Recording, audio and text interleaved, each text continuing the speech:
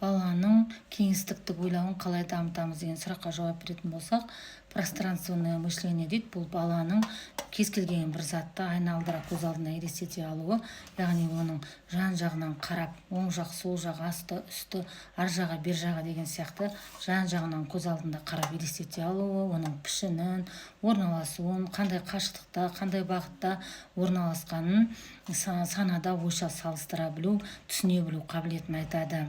Енді оны қандай пәнде қолданатынын айтып өтейін, нақты не нәрседе қолданатынын айтып өтейін, не үшін маңызды екенін. Бала осы кеңістіктік ойлауы дамыған кезде оң жағы мен сол жағын ажырата алады, геометриялық фигураларды шатастырмайды, жазық фигура мен кеңістік фигураларды біледі. Мысалы, кубты өткенде ертең мысалы қиналмайтын болады. Сондай тасымаларды өткен кезде есепті да жақсы түсінетін болады. Сурет салғанда да өте жақсы салатын болады. Жазу, оқуда өте пайдалы.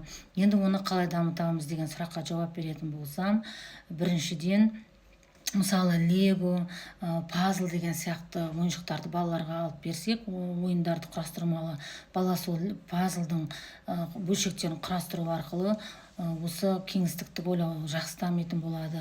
Одан кейін мысалы қарындаш оң қолында орналасқан ба, сол жағында орналасқан ба, доп столдың үстінде ме, әлде астында ма деген сұрақтар қойып отыру арқылы дамытуға болады. Егер бала жақсы дұрыс жауап берсе жақсы, ал қателесіп кетсе оның түсініктерін дұрыстап отырған маңызды.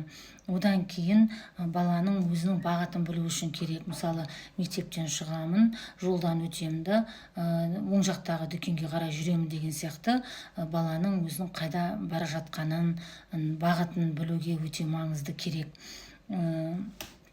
Және де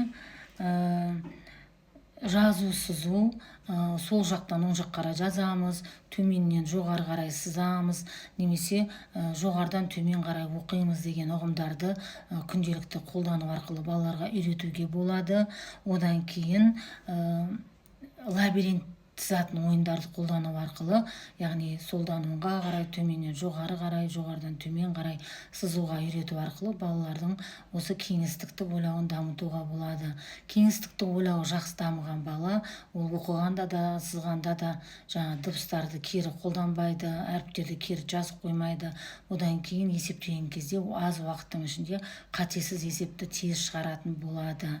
Егер сіздерге ақпарат пайдалы болса, маған тіркеліп кетіңіздер, лайк басып мені қолдап кетіңіздер.